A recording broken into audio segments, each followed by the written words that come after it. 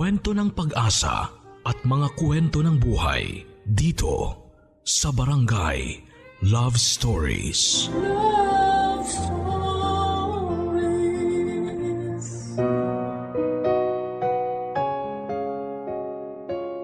Ang sabi nila, you can't be friends with your ex. Pero para sa iba, mas mabuti nang maging kaibigan ng taong dati mong minahal kesa hayaan siyang mawala at tuluyang lumayo sa buhay mo. Sign daw ito ng pagiging mature kung saan ay tanggap ninyong pareho ang katotohanan ng hindi talaga kayo ang para sa isa't isa. Ganito ang nangyari mismo sa ating kabarangay ngayong araw na itago na lang natin sa pangalang Kisses, kung saan ang ex-boyfriend niyang si Reese ay nauwi sa pagiging boy best friend niya. Saan hahantong ang pagkakaibigang ito nila Kisses at Reese? Ito ang dapat ninyong abangan sa mga kwento ng pag-ibig, buhay at pag-asa sa nangungunang Barangay Love Stories. Dear Papa Dudut, Philippians chapter 1 verse 29. Your pain has a purpose. Ito po ang isa sa mga paboritong verses ko sa Bible na pinanghahawakan ko pa rin hanggang sa ngayon. Malaki ang naitulong nito sa mga pinagdaanan ko sa buhay, lalong-lalo na sa kwentong ibabahagi ko sa inyo ngayong araw. Bago po ang lahat ay tawagin niyo na lamang po ako sa pangalang Kisses. 23 years old na po ako ngayon at taga Cavite. Sumulat po ako sa inyo dahil gusto ko pong i-share ang story namin ng best friend ko.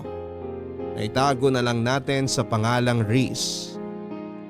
College po kami noon nang magkakilala kami ni Reese. Kaklase ko po siya sa kursong education. Masasabi ko pong ideal guy si Reese. Bukod po kasi sa pagiging mabait at matalino nito, ay may itsura din po siya at makisig ang kanyang pangangatawan. Bonus pa ang nagsiserve siya sa church bilang pianista. Karaniwan nagsisimula ang dalawang tao bilang magkaibigan bago sila pumasok sa isang relasyon. Pero kami po ni Reese ay nagsimula kami bilang magkasintahan bago naging matalik na magkaibigan. First year college kami noon at kasagsagan ng midterms. Nang magtapat sa akin si Reese na may gusto siya sa akin. Nang mga panahon na yon, Papa Dudut, ay may feelings na rin po akong nararamdaman para sa kanya. Kaya matapos ang 3 buwan na panliligaw ay tinanggap ko siya bilang boyfriend. Ang problema nga lang ay masyado pa kaming bata noon. Immature pa kami kung mag-isip at bawat bagay na ginagawa namin ay nauuwi sa selosan. Kaya naman short-lived lang ang naging relasyon naming dalawa.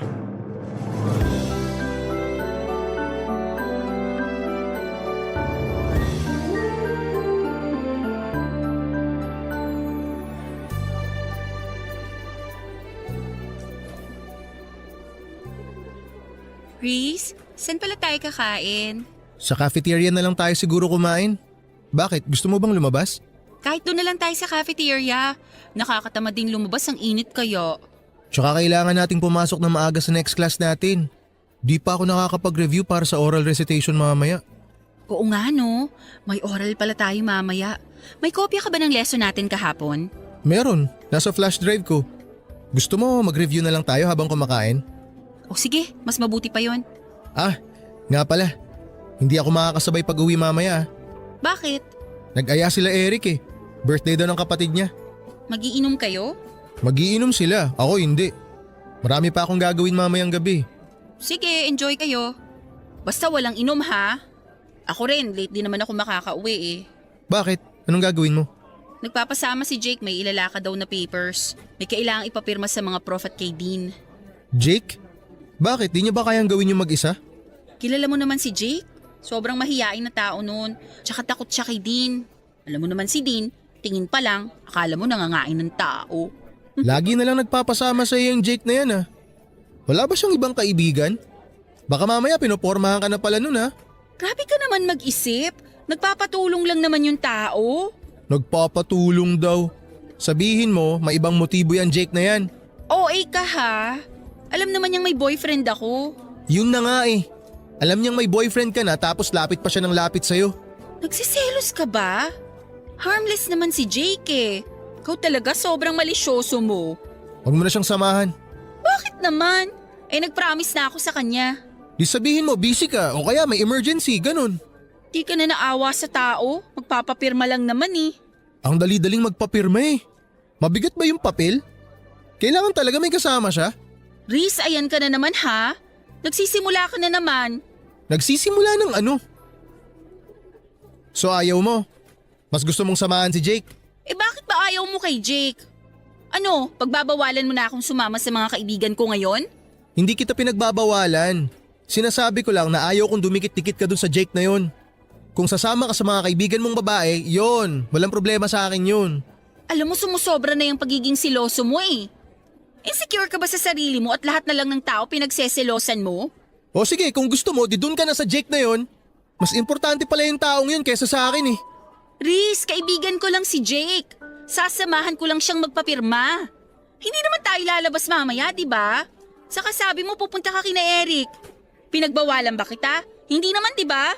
Oh, bakit nadami si Eric dito? Ang sinasabi ko lang, hindi ako naghihigpit sa'yo. Okay lang sa akin kung sino mga kasama mo. Mag-inom ka, gumala ka. Walang problema sa akin. Sana ganun ka rin sa akin. Bahala ka nga. Doon ka na sa Jake mo. Napakasimpleng bagay ng hinihiling ko, di mo magawa? My gosh, Riz, para kang bata. Eh di ako na bata. Nawalan na ako ng gana kumain. Oh, ayan. Yan yung flash drive. Mag-review ka mag-isa. Pasama ka doon kay Jake. Riz naman! Oy! Saan ka pupunta? Sa library. Magpapalamig.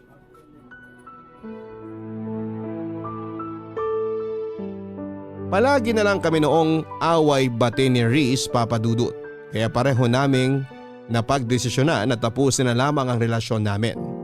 Para sa ikabubuti naming dalawa. Siguro ay may iba pang plano para sa amin si Lord. Kaya kami hindi nag-click ni Riz bilang magkarelasyon. Ganon man ang nangyari ay nanatili pa rin kaming magkaibigan. Dahil siguro magkaklase kami at araw-araw naman kaming nagkikita kaya nagstay kami as friends. Nagsimulang tumibay ang relasyon namin, Papa Dudut. Bago kami matapos sa first year college. Naging groupmates kami noon sa isang school project. Noong una ay medyo awkward pa kami sa isa't isa dahil nga sa naging past namin pero kalaunan ay nasanay din kami sa bagong setup namin. Pagkatapos nito ay sunod-sunod ang pagsasama namin ni Riz sa iba't ibang school activities. Nagsimula kaming maging study partners kung saan ay nagtutulungan kami sa mga lesson na hirap kaming intindihin. Magaling sa mathematics si Riz, Papa Dudut. Samantalang ako, English naman ang forte ko. Mas lumalim pa ang pagkakaibigan namin dalawa noong inaya niya akong sumama sa church nila. Doon ko lang na-realize na malapit din pala si Riz sa Panginoon. Simula noon ay naging parte na ng routine namin ang magkasamang umattend ng service sa church at sumali sa mga Bible study. Paminsan-minsan ay meron din kaming Bible study sa bahay namin, bahay nila at maging sa school kasama ang iba pa naming kaibigan. Naging hobby na rin naming pareho ang magsulat ng daily devotion na pareho naming binabasa tuwing katapusan ng buwan. Madalas nga ay nagugulat ako, Papa Dudut, dahil kasama ako sa devotions niya na siya namang ipinagpapasalamat ko sa kanya at pati na rin kay Lord.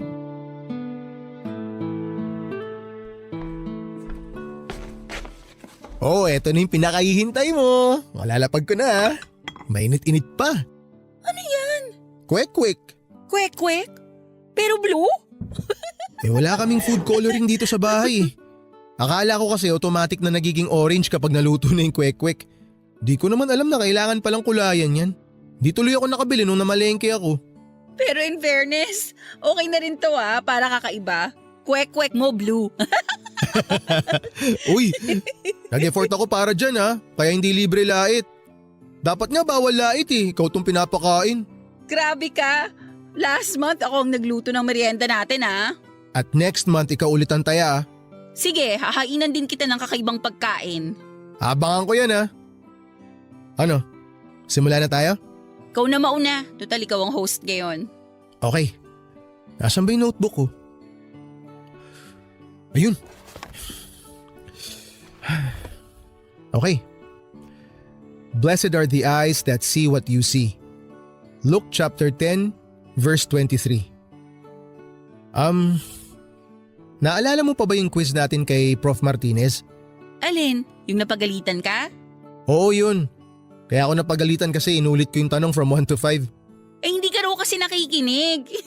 Hindi ako nakikinig. Pinaulit ko yung tanong para kay Jake.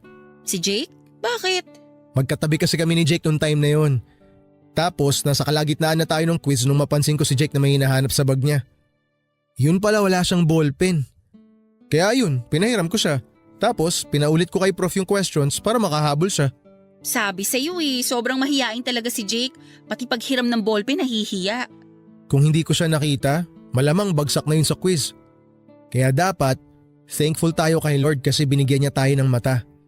Kailangan gamitin natin tong instrument para tingnan kung sino yung mga taong nangangailangan ng tulong. Huwag tayo magbulag-bulagan. Amen to that. Ayun. O ikaw naman. Ito, favorite ko to Isaiah chapter 43 verse 19. Behold, I am doing a new thing. Sakto tong verse na to sa ginagawa natin ngayon.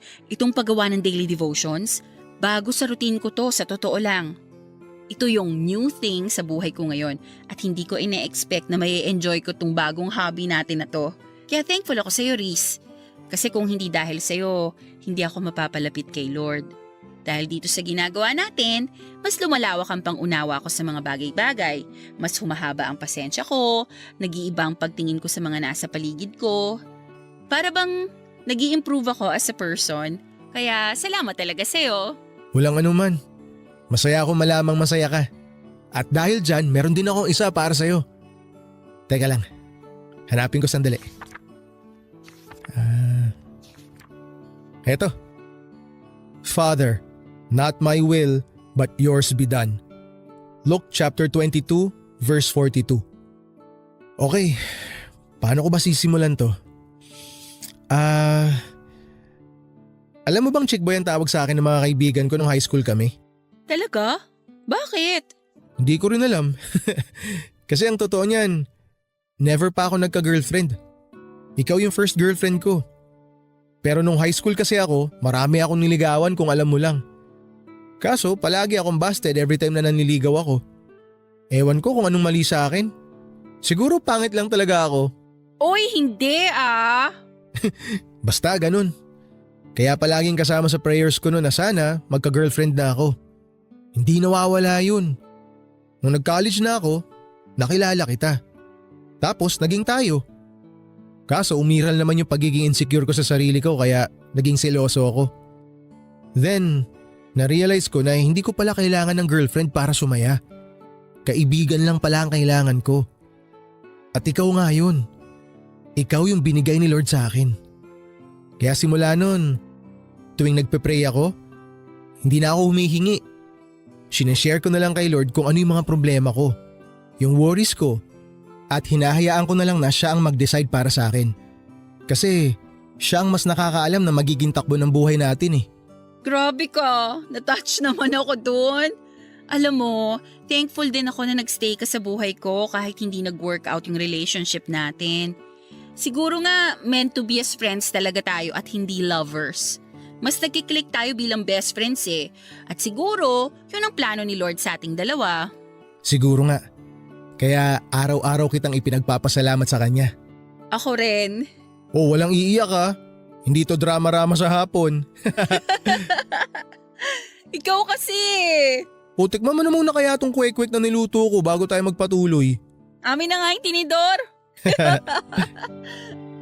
Papa Dudut, hindi ko inaasahan na ganon ang naging takbo ng relationship namin ni Reese. Mula sa lovers ay naging matalik kaming magkaibigan. Malimit lamang tayong makakita ng ganitong senaryo dahil karaniwan sa mga naghihiwalay ay bitter sa isa't isa.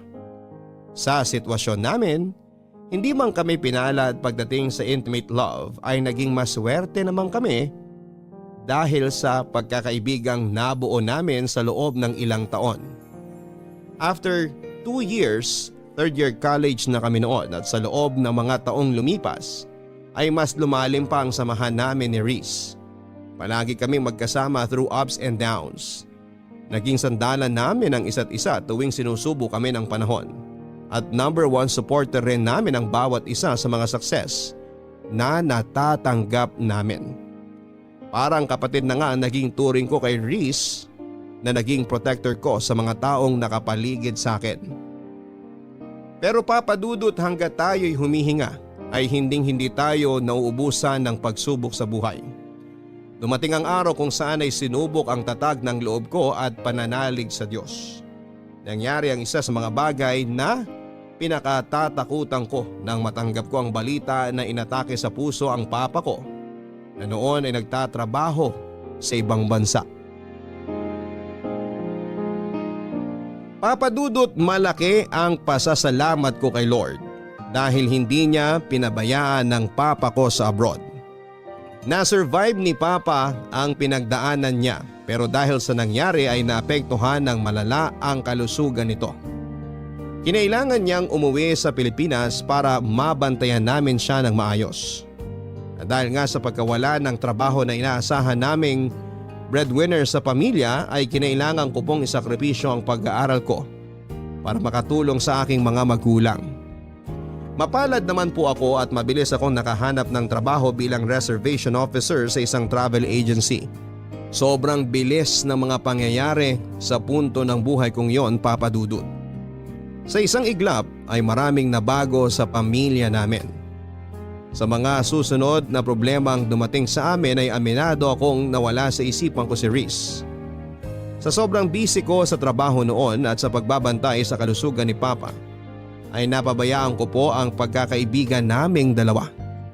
Hindi ko siya na-update sa mga pangyayari sa buhay ko at eto ang isa sa mga dahilan kung bakit siya nagkaroon ng tampo sa akin. Saka na lang nalaman ni Reese ang mga pinagdaanan ko noong malaman niyang hindi na pala ako nag-enroll para sa second semester. Masyado na kasi noong mabigat ang family problem namin kaya naisipan kong wag nang idamay pa roon si Reese. Kung problema lang sana ito sa school o mga bagay na madali lang solusyonan, ay naibahagi ko na ito sa kaibigan ko. Pero dahil personal ko itong problema at ng pamilya namin, ay minabuti kong solohin na lamang ito. Nagtampo sa akin noon si Reese dahil pakiramdam niya ay kinalimutan ko na siya at binaliwala ko na lamang basta ang friendship namin. Agad ko naman pong inayos ang gusot sa pagitan namin dahil ayoko rin namang masira ang samahan naming dalawa. Reese! Oh, Kisses! Anong ginagawa mo rito? Kanina pa ako pabalik-balik dito sa bahay niyo. Nasa labas ka raw. Naku, pasensya ka na. May pinuntahan kasi ako. May message ako sa'yo kaso hindi mo naman binabasa kaya nagpunta na ako rito. Naku, sorry, hindi ko nabasa agad. Ba't ka ba na pa rito? May problema ba? Gusto ko lang sanang mag-sorry. Alam kong nagtatampo ka sa akin kasi hindi ko nasabi sa'yo yung plano ko na mag-stop muna sa school. Alam mo, aminin ko, medyo nakakatampo nga yun. Nagulat na lang ako nung nalaman ko na hindi ka na pala mag-e-enroll para sa next semester. Para bang feeling ko na nabaliwala lang ako. 'Di ba? Lagi naman tayo nagsasabihan ng problema. Bakit ngayon hindi mo nasabi sa akin? Ang dami kasing nangyayari ngayon eh. Hindi ko na alam kung anong uunahin ko. Tsaka akala ko kasi magagawan pa ng paraan kaya hindi ko na sinabi. Kaso wala eh. So wala na talaga? Hindi ka na mag-e-enroll? Hindi na muna. Magtatrabaho na lang muna ako para makapag-ipon. Sorry Kisses ha. Wala akong maitulong sa problema mo ngayon. Alam mo naman, hikaos din kami. Tsaka yung tita ko lang ang nagpapaaral sa akin. Gustuin ko man tumulong kaso hindi naman kami mayaman. Okay lang yun. Ano ka ba? Sa ngayon, nareremedyohan pa naman namin. Kaya nga ayoko magsabi sa iyo eh kasi alam kong mamumroblema ka rin. Pagdating kasi talaga sa pinansyal, nahihiya talaga akong magsabi. Uy, nagtatampo ka pa rin ba hanggang ngayon? Tampong kaibigan lang to, huwag kang mag-alala. Naiintindihan naman kita eh. Pero teka, kumusta na pala papa mo? Okay naman na siya. Hindi nga lang pwedeng magpagod. Tsaka nadagdagan na naman yung maintenance niya. Daming gamot na kailangan bilhin. Kaya kailangan talagang kumayod. Eh ikaw, kumusta ka naman? Alam ko na lagi tayong nag-uusap sa chat at nagkikita every month para sa mga devotion natin. Pero gusto kong malaman yung totoong nararamdaman mo ngayon. Huwag kang maglihim sa akin, okay? Mas lalo ako magtatampo sa'yo. Sa totoo lang, medyo nalulungkot ako kasi nga syempre, hindi muna ako makakapasok sa school. Ibig sabihin nun, mapag-iiwanan ako. Hindi na tayo sabay makakapagtapos. Eh di ba promise natin sa isa't isa na sabay tayong magmamarcha, tapos sabay na magtitake ng board? Yun nga sana ang plano. Kaso hindi naman natin hawak ang buhay natin eh. Hindi lahat ng gusto nating mangyari natutupad. Siguro iba ang plano ni Lord sa atin kaya ganito. Pero magtiwala ka lang sa Kanya. Mas maganda ang plano ni Lord kesa sa mga plano natin sa sarili natin. Tama ka dyan. Eh kumusta ka naman sa trabaho mo? Madali lang yung trabaho. Actually, nakapag-adjust naman ako agad. At saka mababait yung mga katrabaho ko, lalo na yung boss ko. Pero syempre, minsan may clients talaga na masungit kaya kailangan talaga ng mahabang pasensya. Intindihin mo na lang sila. Hindi natin alam kung ano pinagdadaanan nila eh. Alam ko naman yun. Tuwing may ganun nga ako na-encounter, iniisip ko na lang na para sa kinabukasan ko to.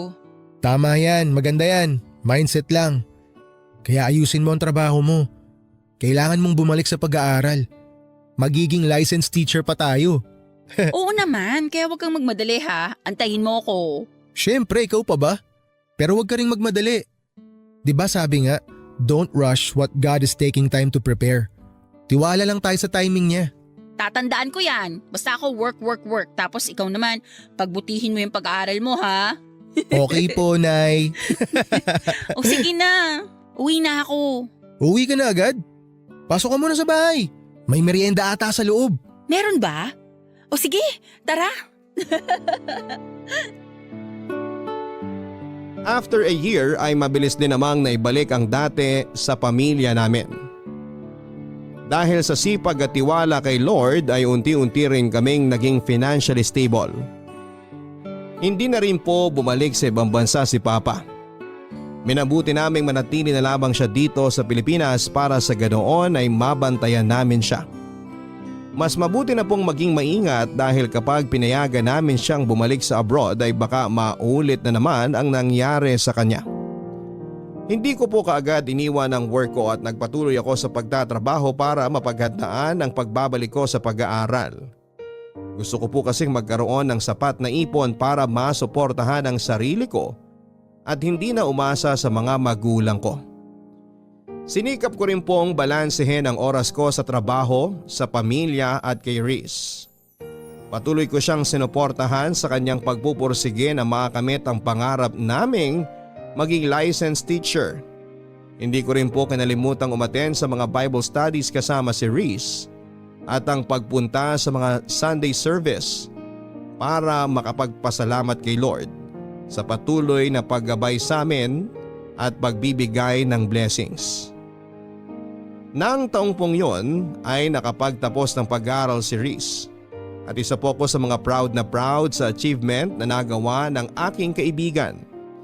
Pero sa kabila nito Papa Dudut ay hindi ko maiwasang makaramdam ng inggit dahil napag-iwanan na ako ng mga kaklase ko. Pareho naming pinangarap ni Riz na makapagtapos at sabay na ipagmayabang sa mundo ang diplomang matatanggap namin. Pero dahil sa mga hindi magagandang bagay na nangyari sa buhay ko ay hindi ko na ito magagawa pa kasama ang best friend ko. Gayunpaman ay ipinakita ko kay Riz ang buong suporta ko sa kanya sa panibagong yugto ng buhay na kanyang tatahakin.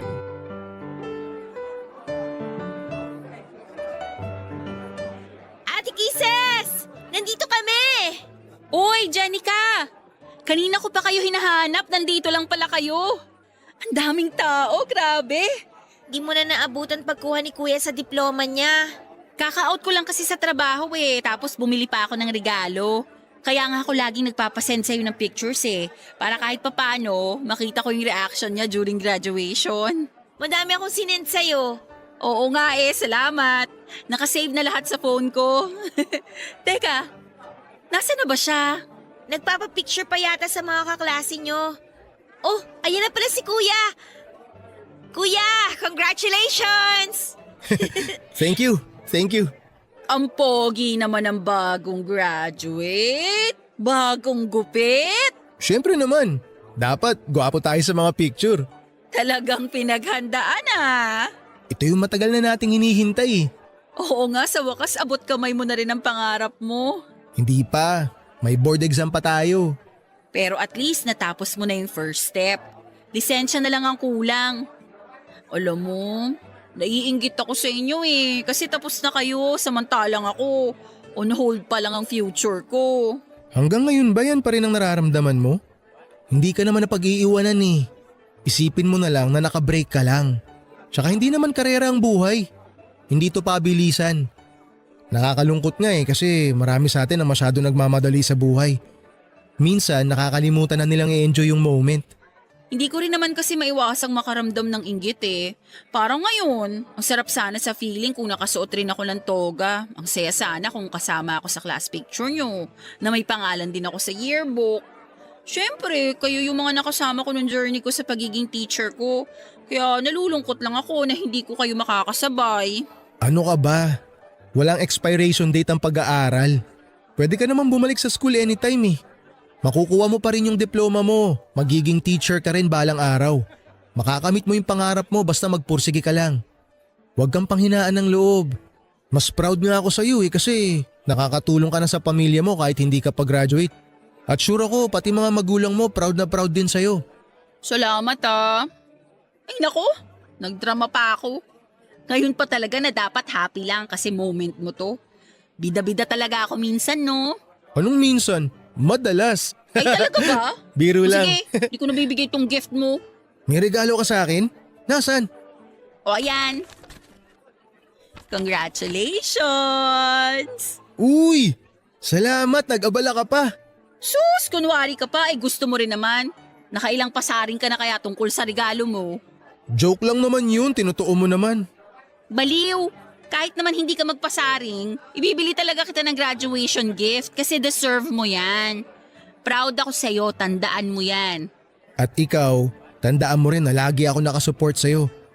Siyempre, tulad nga ng sabi ko kanina, proud na proud ako sa'yo. Matagal pa ba kayo dyan? Baka naman gusto nyong sa bahay na lang ipagpatuloy ang tsikahan nyo. Kasi gutom na po ako Bakit, magpapakain ka ba? May surprise handaan sa bahay. Marami kang sponsor kaya umuwi na tayo. Paano pa magiging surprise yun kung sinabi mo na? Ay, oo nga pala no. Sorry, hindi ko sinasadya. Ikaw talaga? Napaka-spoiler mo. Kayo kasi ang dami niyong kwento Magkunwari ka na lang na nagulat mamaya. Sige na, tara na. Kisses, halika na. Ganun na nga po ang ginawa ko, Papa Dudut.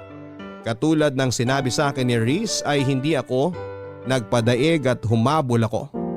Ginawa kong motivation ang pagbabalik ko sa school para pagbutihin pa ang trabaho. Nang makakuha ako ng sapat na ipon ay nagsumikap ako makabalik sa pag-aaral.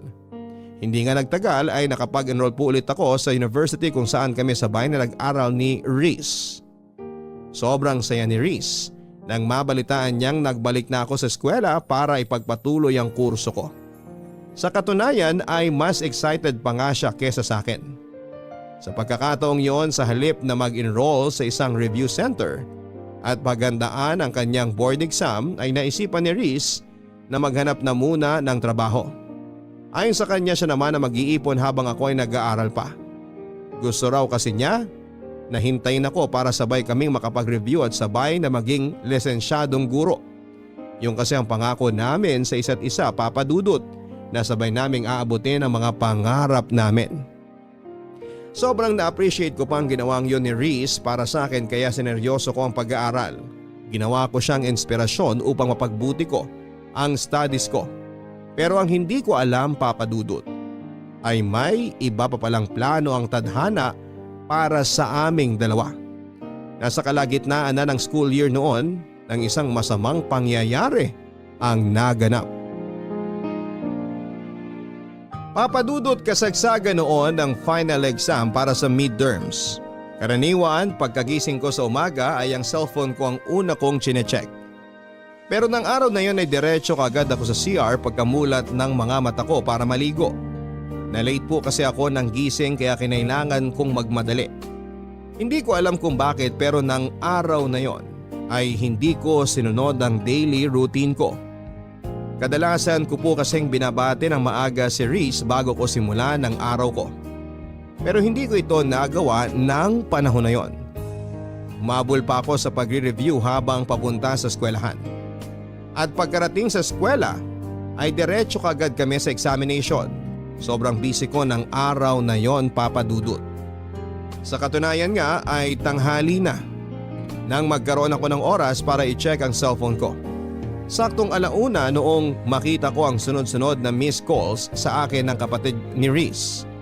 Pagkabasa ko sa message ng kapatid nito ay bigla akong nanlamig at binalot ng kaba. Nang mabasa ang gusto nila akong papuntahin sa kanilang bahay as soon as possible. Tagaktak na noon ang malamig na pawis sa mukha ko habang nagmamadaling nagtungo sa bahay nila Reese. Habang nasa daan ay sinusubukan kong kontakin ang kapatid ni Reese upang makibalita kung may nangyari bang masama pero walang sumasagot sa tawag ko. Nagsimulang manginig ang mga tuhod ko nang makarating ako sa bahay nila Reese at makita ang mga itinatayong tolda sa harap ng kanilang bahay.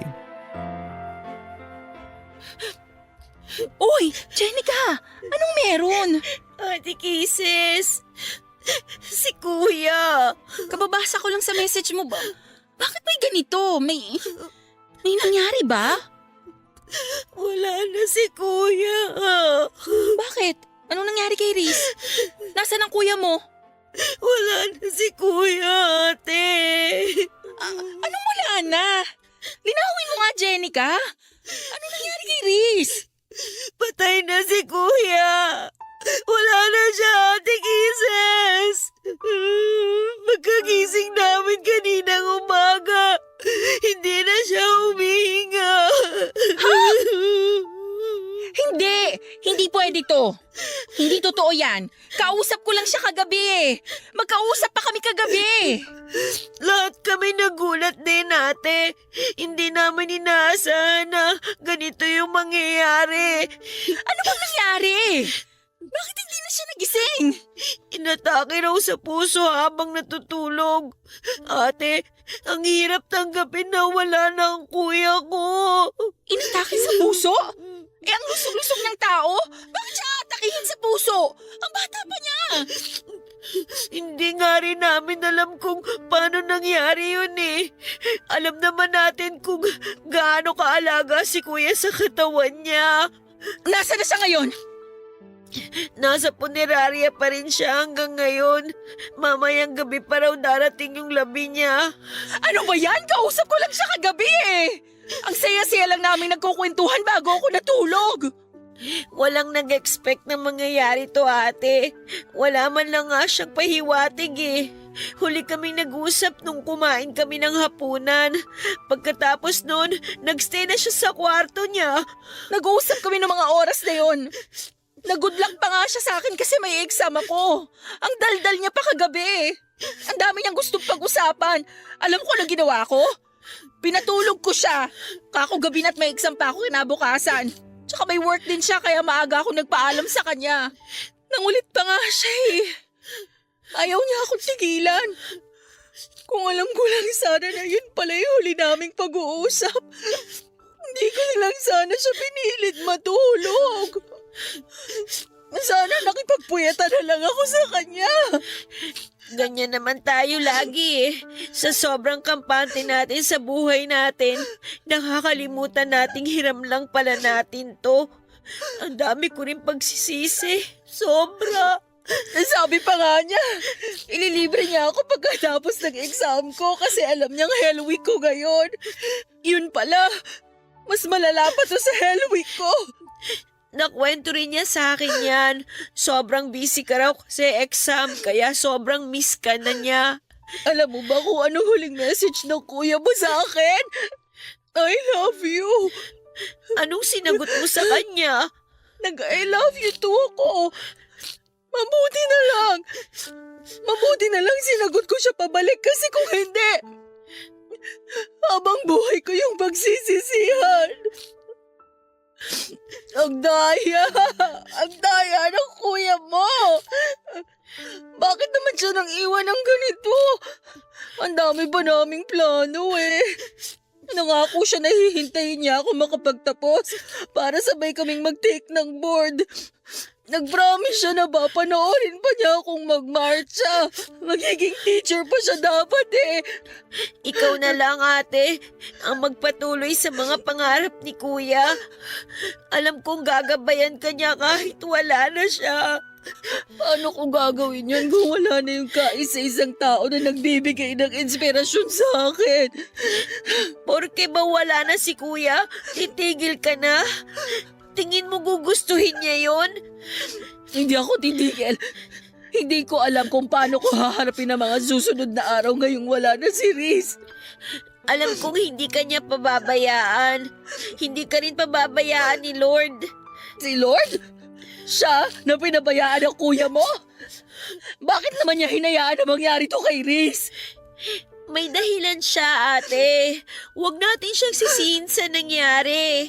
Eh, sinong sisisihin natin? Wala. Kasi, parte na ng buhay natin ang kamatayan.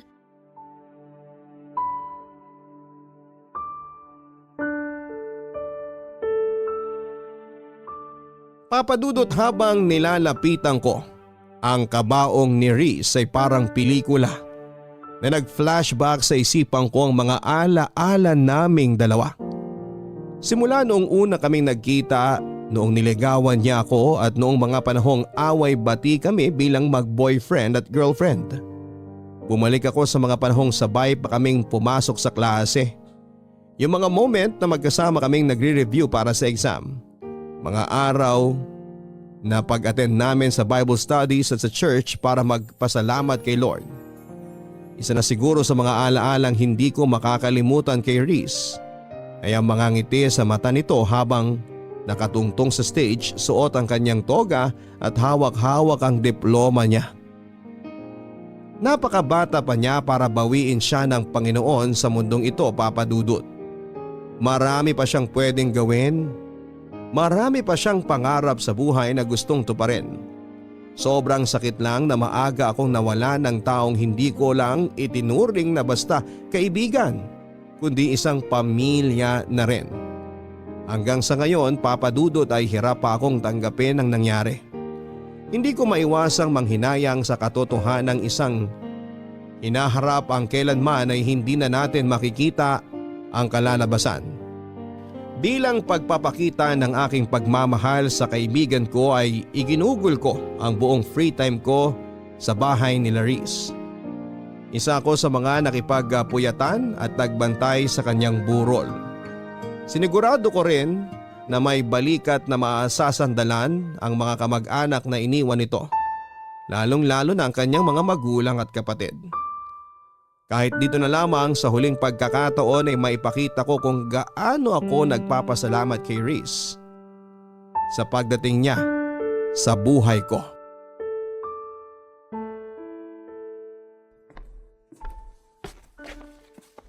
Oh, Ate Kisses, gising ka na pala. Pasensya na, nakatulog ako. Hindi ko na namalayan. Okay lang. Kailangan mo rin magpahinga. Gabi-gabi ka nang nagpupuyat eh. Hindi ko maiwan-iwan ang kuya mo eh. Kahit na ito na lang yung huling pagkakataon na maipakita ko yung respeto at pagpapasalamat ko sa kanya. Ipinagtabi pala kita ng pagkain sa kusina. Kung nagugutom ka na, kumain ka muna. Hindi ka na namin ginising kanina kasi alam kong pagod ka. Salamat ah. Mamaya na lang ako kakain. Pogi ng kuya mo sa graduation picture niya, ano? Pinaghandaan niya yan eh. Di ba nga nagpagupit pa siya? Sabi kasi niya, forever na yung picture na yan. Yan yung katangi-tanging picture na may pagmamalaki niya sa lahat.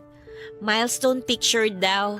Kumbaga sa computer games, yan yung patunay na natapos na niya yung last level kaya level up na sa bagong stage.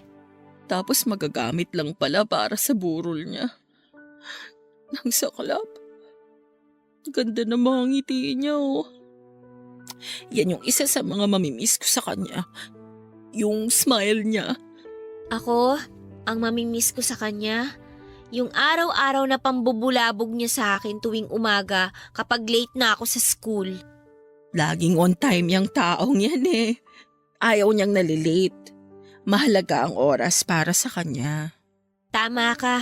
Inis na inis nga ako sa ugaling niyang yan noon eh. Kasi lagi siya nagmamadali. Kesyo baka matraffic daw o baka mawala ng masasakyan. Pero ngayon, yan na yung bagay na hinahanap-hanap ko. Totoo nga no, na tsaka lang natin marirealize ang kahalagahan ng isang bagay kapag nawala na to sa atin. Mga bagay na tinitake for granted lang natin pero malaki pala ang impact kapag nawala na. Oo nga. Tulad ng oras. Inuubos natin yung buong araw sa pagbababad sa social media. Hindi natin alam.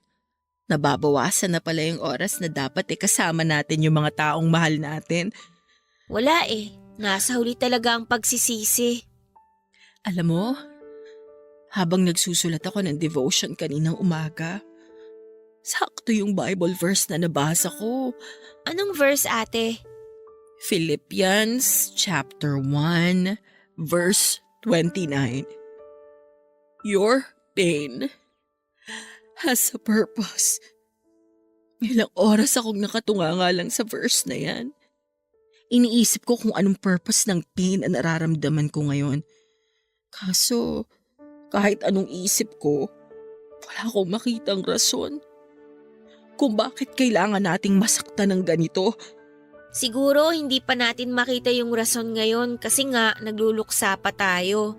Pero lahat naman ng tao dumadaan sa pagsubok, di ba? Para mas tumibay, para matuto. Ang hirap lang kasing tanggapin. Hindi ko siya maiwasang tanungin kung bakit si Riz. Bakit siya pa? Worth it pa na mawala si Riz para lang tumibay ako? Para matuto ako? Kasi para sa akin hindi. Alam mo kung bakit? Kasi si Riz ang nagpapatibay sa akin. Dahil sa kanya, marami akong natututunan. Ang kuya mo ang dahilan kung bakit ako mas napalapit kay Lord. Pero sa nangyayari ngayon, hindi ko alam kung mananatili pa ba ako sa dating pananampalataya ako sa nakakataas. Huwag mong questionin si Lord, ate. Kasi siya ang mas nakakaalam ng lahat kaysa sa atin. Isipin mo na lang, ang ubas kailangan pigain para maging masarap na wine, di ba? Kung hindi mo gagawin yun, hindi ka makakabuo ng wine. Ang mga nanay, kailangan nilang dumaan sa masakit na proseso ng panganganak bago nila makuha yung blessing na regalo ni Lord. Kayo ni Kuya, kayo ang best example ng Bible verse na binanggit mo. Naging kayo, nasaktan ninyo yung isa't isa, pero ano ba yung kinalabasan ng lahat ng yun? Naging mag-best friends kayo, di ba? Kaya tama nga na every pain and suffering na nararanasan natin, talagang may rason. Sana nga worth it ang kapalit ng sakit na nararamdaman ko ngayon. Kasi kung hindi, habang buhay kong sisisihin si Lord sa ginawa niya. Ate, kailangan nating makaramdam ng pain para mag-grow tayo as a person. Siguro hanggang dito na lang talaga yung oras ni Kuya sa mundong to. Siguro ang purpose niya lang talaga para magabayan ka. Ginamit siyang instrumento para mas mapalapit ka kay Lord. Sa tingin mo ba, matutuwa si Kuya kapag nalaman niyang galit ka ngayon sa Diyos? Masisisi mo ba ako kung ganito ang nararamdaman ko ngayon? Alam kong masakit ang nangyari. Ako rin naman mas doble nga ang sakit sa akin kasi kuya ko yung nawala Pero hindi na maibabalik si kuya ng galit natin. Magalit man tayo sa mundo, magalit man tayo kay Lord, magalit man tayo sa lahat ng tao, hindi na mabubuhay pa si kuya. Kaya alisin mo na yung galit mo dyan sa puso mo, ate. Para na rin kay kuya.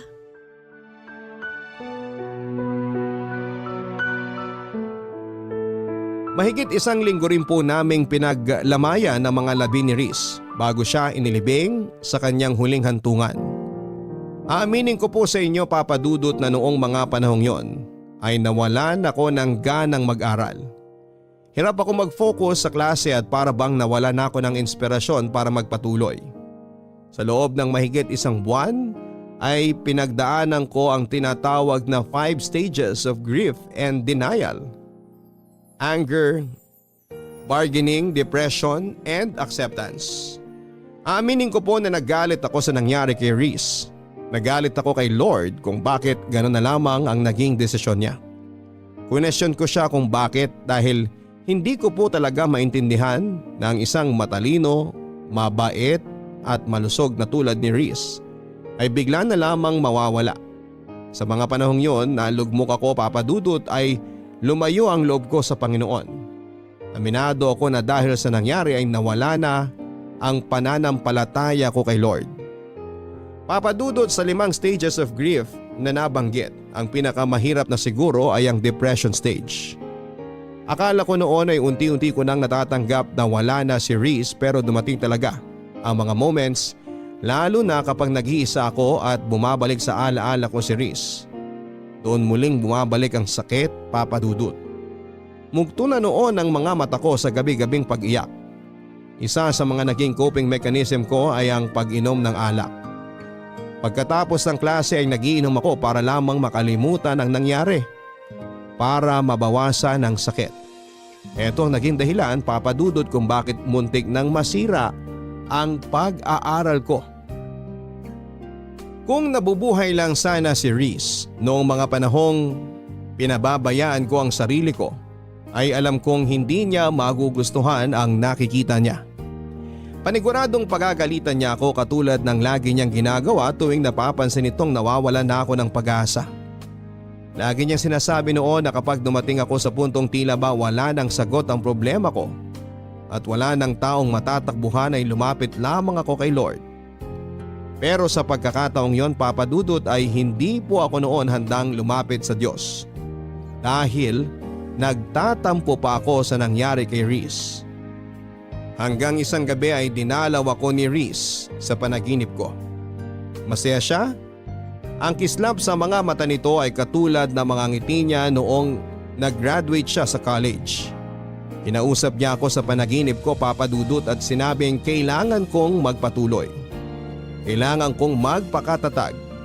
Hindi lang para sa sarili at pamilya kung hindi para sa mga pangarap naming dalawa.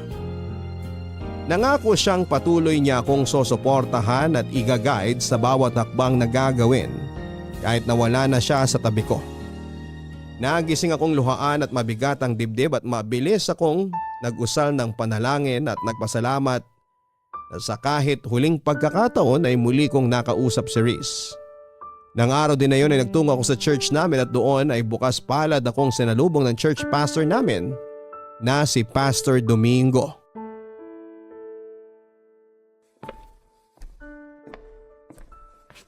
Hello Kisses, good morning sa'yo. Good morning po, Pastor Domingo. Masyado po ata akong napaaga ngayon. Sakto lang ang dating mo pero mamaya pang service. Maupo ka muna rito. Magkwentuhan tayo sandali. Sige po, salamat. Kumusta ka na? Ngayon na lang ulit kita nakita rito ha. Oo nga po eh. Marami lang po kasi akong ginawa nitong nakaraang linggo. Kaya po hindi na ako nakapunta rito. Nabalitaan ko nangyari sa kaibigan mong si Reese. Gusto kong malaman mo na nakikiramay ako sa pinagdadaanan mo ngayon, Kisses. Salamat po, Pastor. Kay bait na bata. Naalala ko pa nung una mo siyang ipakilala sa akin. Sobrang bibo. Natuwa ako nung malaman ko na active din pala siya sa simbahan nila. At magaling pang gumamit ng organ. Sobrang lakas po talaga ng pananampalataya ni Reese kay Lord. Kaya hanggang ngayon, hindi ko pa rin talaga lubos maisip kung bakit gano'n na lang ang sinapit niya. Parang napaka-unfair eh. Kung sino pa yung mabait, yung taong marami sanang maiaambag sa lipunan, yung taong maraming natutulungan, sila pa yung unang binabawi sa atin. Bakit hindi kunin ng Diyos yung mga kriminal, yung mga mamamatay tao dyan? Dapat kinuha niya yung mga taong hindi takot gumawa ng kasalanan kasi sila ang dahilan kung bakit sobrang dumi ng mundo. Walang pinipili ang kamatayan, Kisses. Pero sa tanong mo kung bakit nauunang mawala mga taong mababait, ito ang sagot ko dyan. Kasi maaga silang namulat. Marami na silang kabutihan na gawa sa puntong wala na silang kailangan pang patunayan sa Diyos. Kumbaga, tapos na yung journey nila. Hindi ko po kayo maintindihan. Sabihin nating may tanim kang kamatis. Alin sa mga bunga nitong unang pipitasin mo? Siyempre yung hinog, di ba? Kasi dumating na sila sa oras na kailangan na silang pitasin. Yung mga maiiwan, sila yung kailangan pa ng panahon para lumaki na maayos. Ang ibig niyo bang sabihin, kaya naiiwan ng mga masasamang tao dahil deserve nilang mabuhay ng mas matagal? Naiiwan ang mga masasamang tao kasi sila yung paulit-ulit na binibigyan ng chance ni Lord para magbago. Binibigyan sila ng oras para pagsisihan ng mga maling bagay na ginawa nila, para harapin ang bunga ng kasalanan ginawa nila. Katulad ng kamatis, kailangan pa nila ng panahon para magbago, at kung kailan hinog na sila, saka na lang sila makakabalik sa paraiso ng Diyos. Kaya nga po unfair, diba? Unfair para kanino? Para sa atin o para kay Reese? Para kay Reese. Kasi marami pa siyang pangarap na hindi niya mararanasan kasi maaga siyang binawian ng buhay. Sa tingin mo, mas maganda bang manatili dito sa lupa si Reese kaysa sa paraiso ng Panginoon? Hindi ko po alam.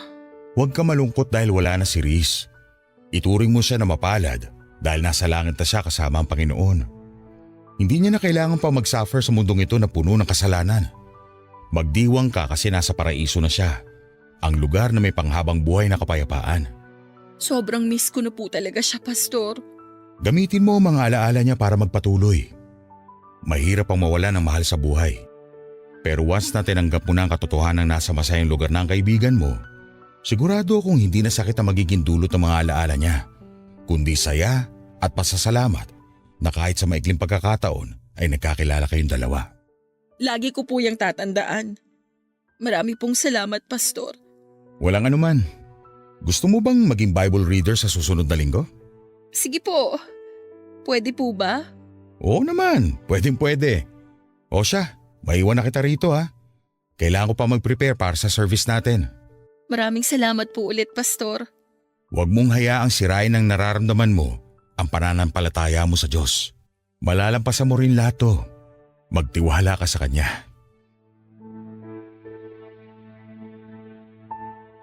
Papa Dudut, muli akong nabigyan ng pag-asa nang makausap ko si Pastor. Tama ang mga sinabi niya at alam kong yun din ang bagay na sasabihin sa akin ni Reese kung nabubuhay pa siya, Papa Dudut. Unti-unti nga ay nakatungtong din ako sa acceptance stage. Sa mga sumunod na buwan ay tinanggap din ng sistema ko na wala na talaga si Reese. Mahirap pero kinailangan kong magpatuloy at ginamit kong motivation ang mga pangarap naming dalawa ni Reese. Kasabay nito ay ang muling pagbabalik ng tiwala ko kay Lord. Humingi rin ako ng tawad sa kanya dahil question ko siya. Isang bagay na naging defense mechanism ng mga taong nasasadlak sa buhay. Mag-isa man ay pinagpatuloy ko ang pag-aaral ko, Papa Dudut. Pinilit kong magpatuloy sa buhay para kay Reese. Alam kong matutuwa siya kapag dumating na ang araw na suot ko na ang aking toga at nagmamarcha sa sarili kong graduation day. Hindi nga nagtagal ay dumating na nga po ang araw na pinakahihintay ko. Natapos ko ang kurso ko at lahat ng paghihirap at sakripisyong ginawa ko ay inalay ko lahat kay Reese.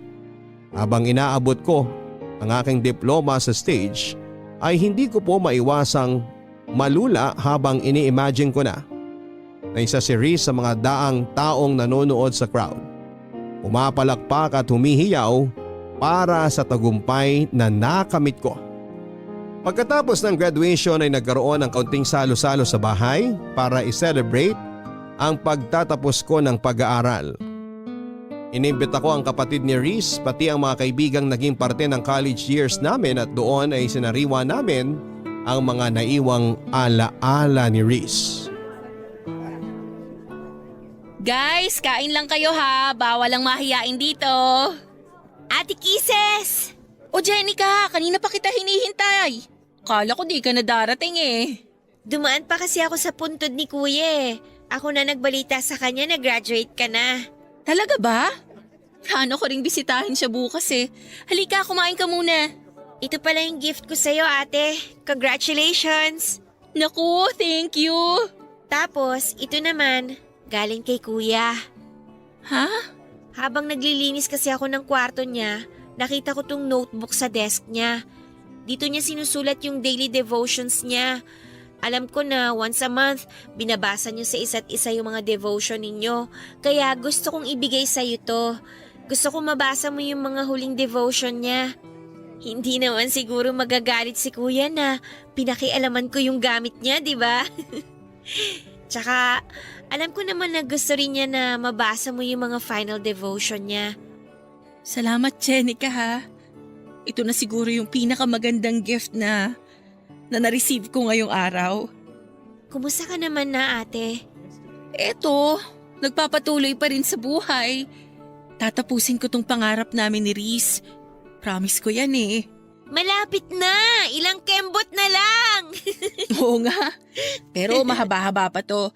Kailangan ko pang mag-review para sa board. At kailangan ko pang pumasa para makakuha ng lisensya. Kayang-kaya mo yan, ikaw pa! Oo naman, kakayanin ko to. Pero alam mo, aaminin ko sa'yo. Sobrang miss ko na si Reese. Araw-araw kong pinagpipray na sana dalawin ulit niya ako kahit sa panaginip lang. Sobrang thankful nga ako sa'yo, ate eh. Kasi nandyan ka na nagmahal kay kuya nung nabubuhay pa siya. At least dahil sa'yo, naging masaya ang buhay niya. Sabi nga nung nabasa kong quote sa Facebook, kapag naging kaibigan mo raw ang ex mo, ibig sabihin nun, hindi tumigil yung pagmamahal mo sa kanya. At totoo naman yun kasi nakita ko kung gaano nyo kamahal ang isa't isa. Wala naman sa label yan eh. Best friends man yan o jowa, ang pinakamahalaga pa rin at the end of the day, mahal nyo yung isa't isa. Yun ang ginawa namin ni Reese. Kaya mas lalong lumalim yung relationship namin. Natumbok mo, ate! So, ano na palang plano mo after graduation? Mag-work ka ba or magpe-prepare ka na kagad para sa exam? Mag-e-enroll na agad ako sa review center. Gusto ko makakuha ako agad ng license para makapag-start na akong magturo. Abot kamay ko na tong pangarap namin ni Reese eh. Kaya ayoko nang patagalin pa. Ngayon pa lang, congratulate na kita, ate. Good luck sa'yo, ha? Palagi kitang isasama sa prayers ko. Salamat. O sige na, kumain ka na dyan. Magpakabusog ka ha, huwag kang mahiya. Nagluto talaga si mama ng maraming handa para sa araw na to. Maiwan na muna kita dyan ha. Nag-prepare kasi ako ng message eh. Gusto ko magpasalamat bago umalis yung ibang bisita. Sige lang, ate, wag mo na ako alalahanin dito. Good afternoon po sa inyong lahat. Habang kumakain kayo, gusto ko lang magpasalamat sa mga taong naging parte ng journey ko na to. Siyempre, una sa lahat, kay Lord, dahil hindi niya ako binitawan at patuloy niya akong ginabayan sa pag-aaral. Second, sa family ko, especially kina mama at papa na walang sawang sumuporta sa akin at nagpagod para lang makapag-aral ako. Sa mga kaibigan at kaklase ko na nagpakopya sa akin, joke lang po. At kay Reese, na naging inspirasyon ko. Kung nasan ka man ngayon, alam kong nakikinig ka. Congratulations! Congratulations sa ating dalawa! Gusto kong malaman mo na araw-araw kitang namimiss. At kahit na nasa langit ka na, alam kong nag-cheer ka pa rin para sa akin. Lagi kang magiging isa sa mga rason ng lahat ng tagumpay na matatamasa ko. Kahit na magkaroon ako ng sariling pamilya, lagi akong maglalaan ng puwang sa puso ko para sa'yo. Thank you, Reese. Until we meet again. I love you sa pinaka-the best na best friend sa buhay ko.